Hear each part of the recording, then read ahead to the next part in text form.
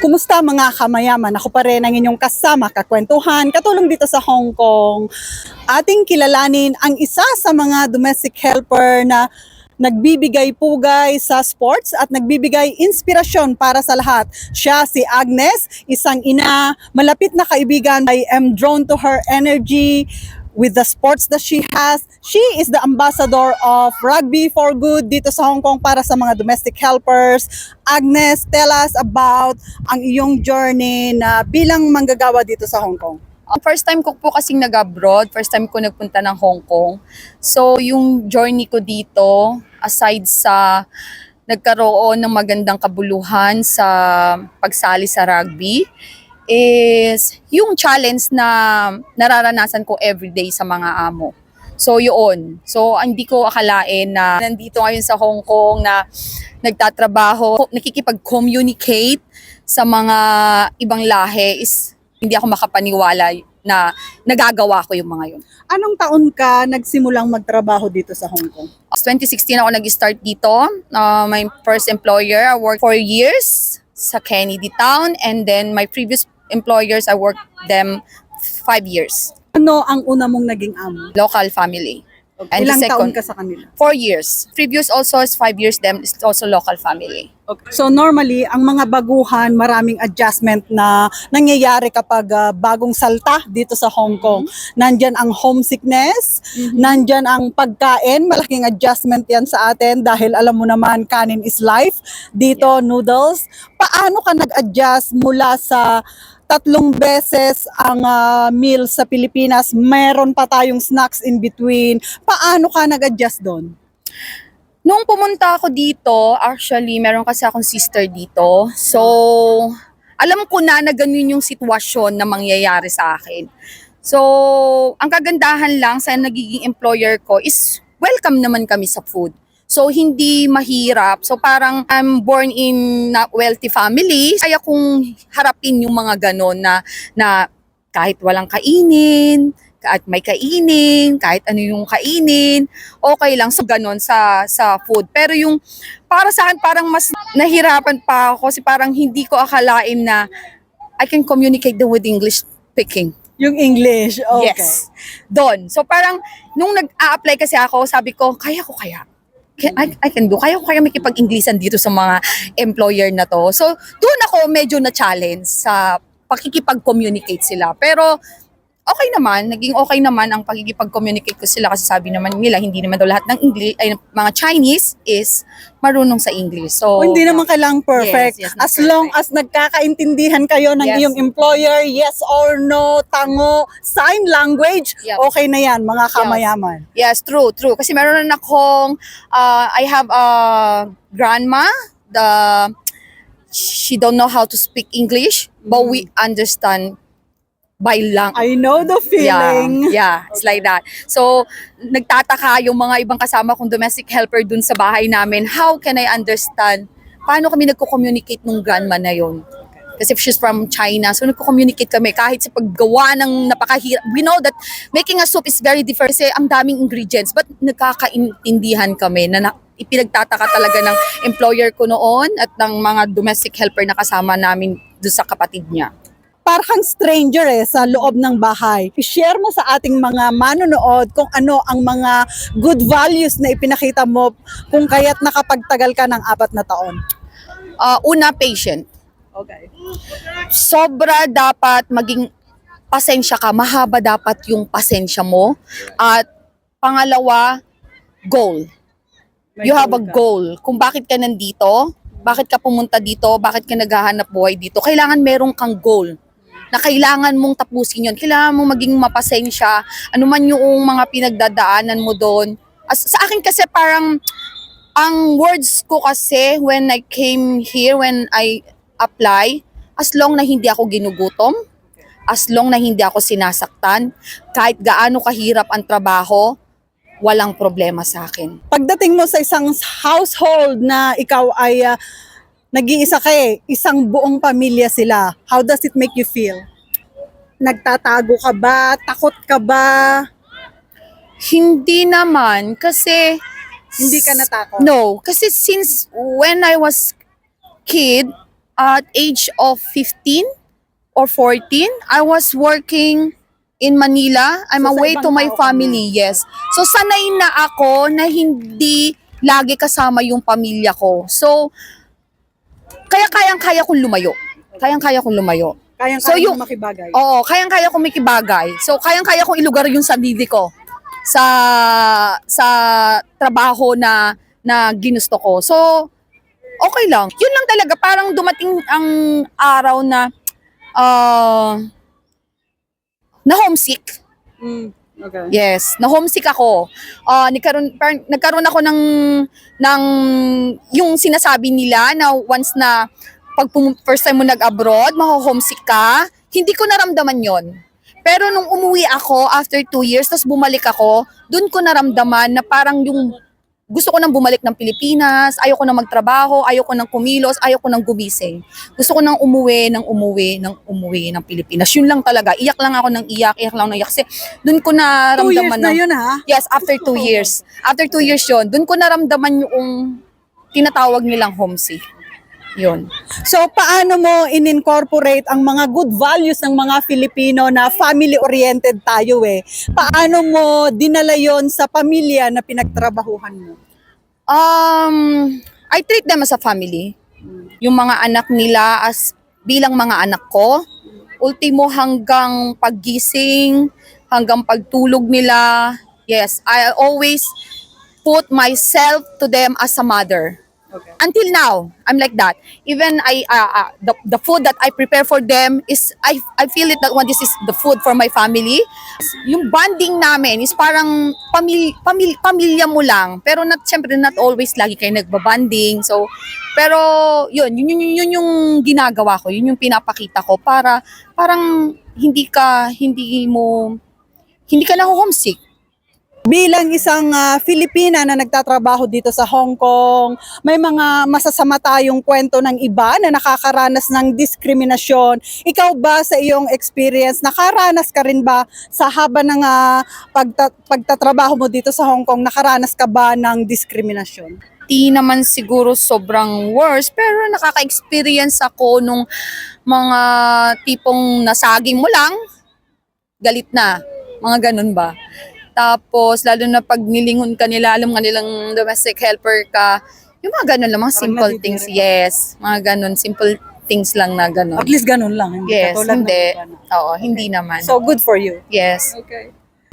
Ilang taon ka na dito sa Hong Kong na nagtatrabaho? 4 years? 4 years, yes. Kailan mo nahanap at bakit ka nasali sa mga sports?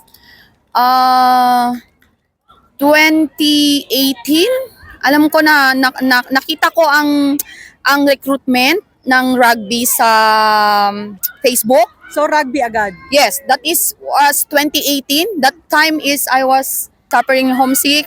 I don't want to meet because in the 2 years that I'm working here, I'm just meeting my 2 sister, and then they just do some yung nakatambay lang dyan. Buong araw ka nakatambay ng ganon. So parang ako, magsisimba lang ako. After ko magsimba, I'll meet them.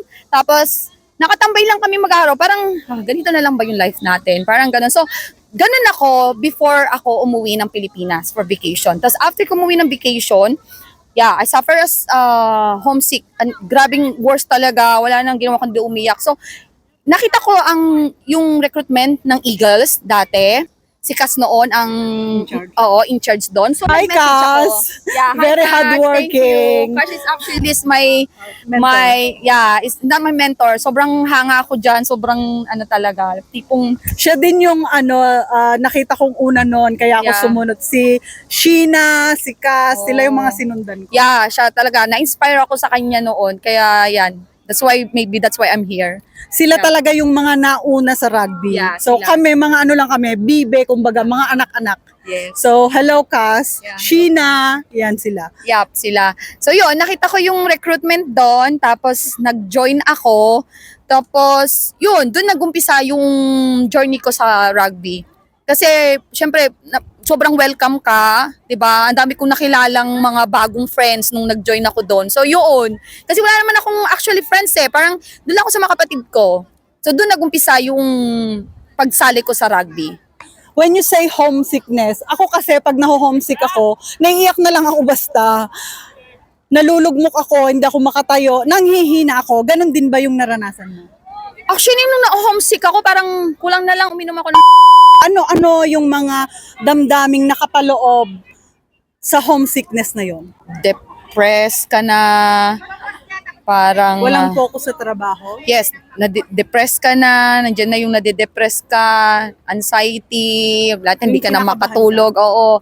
Nandiyan na lahat, halo-halo na yan. So parang ayaw mo nang gumising, ayaw mo nang mag-work, ayaw mo nang, wala na, gusto mo na, parang yung gamot lang para makamove on ka dun sa ano na yun, umuwi.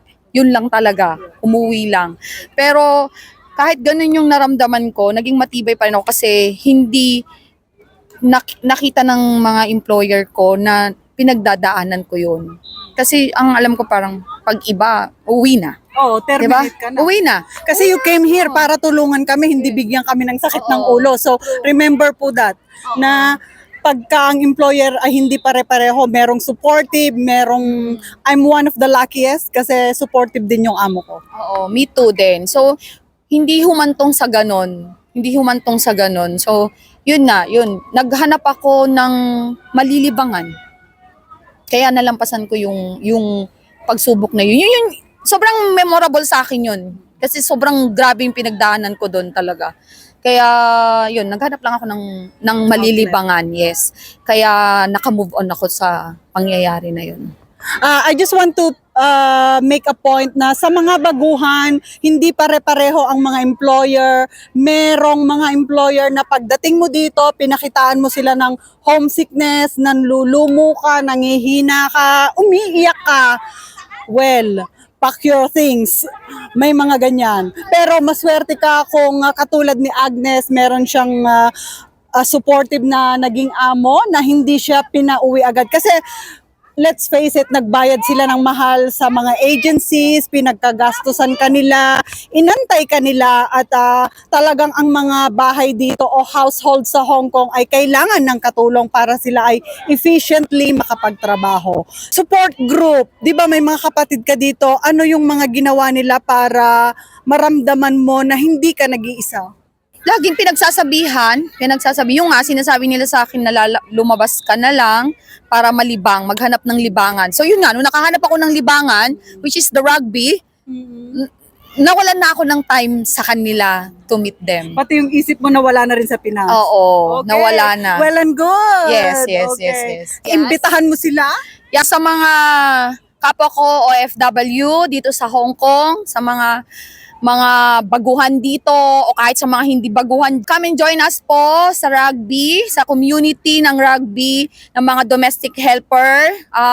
Subukan nyo po, mag-try out po kayo, 1 oras at kalahati lang naman po yung try out namin. Sigurado na magugustuhan po ninyo ang laro na to at malaking tulong po siya sa kalusugan ninyo, mentally po, kasi hindi siya basta yung physically lang na katawan ninyo ang gagalaw sa sports na to. Is actually gagamitin nyo rin talaga ang utak ninyo, kaisipan ninyo kung paano nyo siya lalaruin. So sobrang helpful po siya, sobrang ganda siyang sports at kakaiba siya kumpara sa mga sa mga sports na ginagawa natin. So come here guys, just message lang kay Kamayaman and yun. I will contact you po. All right. Let's talk about Rugby for Good. Tell us about the program and kung paano ka napasok at paano ka naging ambassadress ng Rugby for Good. Isang malaki talagang answer prayer ang Rugby for Good na sinuportahan nila ang domestic helper. At bonus na lang talaga na naging kinuha ako ay na naging ambassador ako. So parang before I admire, until now, I admire Cass and I admire Cass as ambassador. Ano-ano ang mga programang inihahandog ng Rugby for Good? Rugby for Good, mga kamayaman, is a non-government organization na tumatangkilik sa mga rugby players na domestic helpers. Ang Rugby for Good ay sila yung project na humahawak sa domestic helper. So, meron, Sponsorships? yes, sponsorship. Uniform. Yeah, they provide our uniform tops, and they are hosting our games, O, yung a mga league. kung saan kami naglalaro. Yes, they are hosting our league and our tournament, and they're providing our pitch. They book our pitch kung saan kami nagte-training po every Sunday. So, yun po. Yun ang ginagawa ng Rugby for Good at sobrang thankful. Would you like to thank the rugby people na tumatangkilik? Any specific persons? I want to thank, sobrang nagpapasalamat, sobrang thankful ako una sa Rugby for Good for supporting us. Coach Aljon, hello Coach Aljon. Now is Coach Angelo turn. Sobrang thankful din ako sa kanya kasi Coach Angelo, sobrang thankful din ako sa kanya kasi he is always listening pag may mga pinag-uusapan, sobrang napaka-understandable po niya. And the whole staff of Rugby for Good, yun, sobrang thank you po sa Hong Kong CR. Thank you so much din sa pagsuporta sa amin. Acknowledge kami dito. Colon Football Club, yun po, sobrang thank you po sa Colon Football Club for supporting the Colon team, sa mga providing the needs of Colon team. Thank you so much. Magkaiba kami ng uniform. Ayan, we are sisters outside the field, but inside the field, magkalabang team kami. At this point, gusto kong ibigay sa iyo ang opportunity na to na pasalamatan ang mga sponsors ng iyong team. Nagpapasalamat ako sa Colon Football Club sa pagsuporta sa Colon Race, sa pag-provide ng aming mga kailangan at sa mga ibang benepisyo na binibigay. Mga ibang team din na merong mga club is magkaroon sila din ng mga club kasi talagang parang pinupush. May magkaroon, ang bawat team magkaroon po ng mga sarili-sarili nilang club para May libreng uniform. yes, may provide yung uniform nila para May palaruan. hindi na po sagutin pa ng domestic helper ay ang Walang pag-provide na walang bayad po, ganun po. So sobrang thankful po ako doon sa mga club na sumusuporta sa mga iba-ibang team ng domestic helper. So yung mga ibang club po dyan, for those other club na DB na Pirates. available. I'm from DB Pirates. Yes. She was also from DB Pirates. Sinusuportahan sila ng DB Pirates. So yung mga ibang club dyan na wala pang yon, support them. Yung mga nag-sponsor sa mga suot namin, yung sa DAC, DLA, DL Piper, Tsunami, DHL, and many more. The big one is the Bluebird na nagsusuporta po sa amin. Ito po yung nakatatak dito. So, thank you so much to them po. Thank you. Sana next year again, hopefully next year, they will support us. Endless support. Hopefully. Yeah, hopefully. Do you feel na nag-grow ka dito sa rugby because of your coach? Yes, of course. Yeah. I want to thank to Coach Dean McLean, yung head coach ng Colon po. Sobrang thank you ako sa kanya kasi marami akong natutunan sa kanya. I learned a lot from him. It's not only for coaching, it's also from managing the team. And also I'll say thank you to Coach Aljon, to Coach James, and kay Coach Gilbert, sa mga present coach namin ngayon. Yon. Sobrang thank you po kay Coach Cecil, dun sa mga naging previous na coaches namin. Thank you din po sa kanila. And of course, ngayong araw na to, kasama natin ang iba't ibang coaches, iba't ibang teams. This is a friendly, we gather together, we train together as one. We acknowledge all the coaches who are with us today. Ang aking pinakamamahal na coach, Coach Grant, Coach Andrew, who else? Also here, Coach Grant, Coach Andrew ng Dolphins, and Coach Angelo ng Tinshu Wife Hunters, and also Coach Angelo ng Eagles team. Andito rin ang Warriors team. DB Pirates! Yeah, so DB Pirates and Dolphins. Valley Pink. Isa Valley Pink sa new team po.